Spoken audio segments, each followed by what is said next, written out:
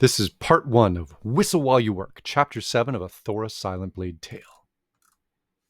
It was almost an hour later when Thor finally came around, a crick in the neck forming from the awkward sleeping position in the chair.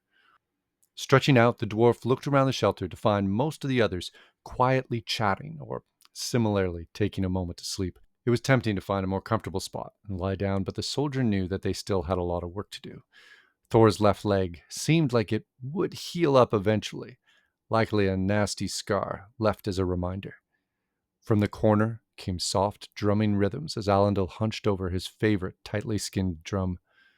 The sounds filled the shelter with a sense of calm, which helped everyone get ready for what lay ahead. There were still many miners out there to find, and, based on the disputed count made by the miners, there was at least one more Knoll pack hunting in the tunnels. For now, the group was ignoring the talk of ghosts haunting the mine. Dwayne had filled the rest of them in on the sight of giant webs formed across one of the chambers the turtle had passed through. So the group was thinking something eight-legged was far more likely to be the culprit. The wizard had a solid idea to teach the group at least a few words of dwarven so they could identify themselves to the miners, should they find them. It would be difficult to get the pronunciation right this quickly, but with Thora's guidance, it was probably a simple task to learn a word or two. The soldier had been using the phrase Unhund'dharok, meaning not gnolls, or more precisely, not dog beasts, to make sure the miners knew they were friendly.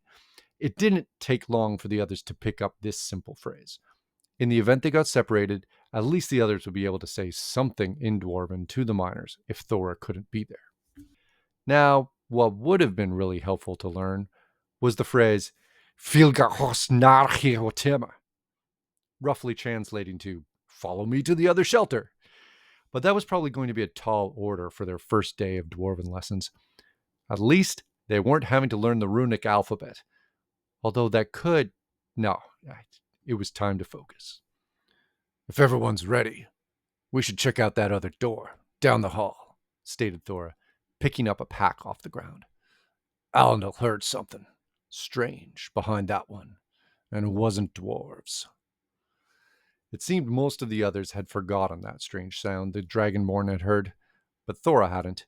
The description the bard had made was eloquent and descriptive, enough to fill the dwarf's heart with worry about what might be lurking in the dark behind that door.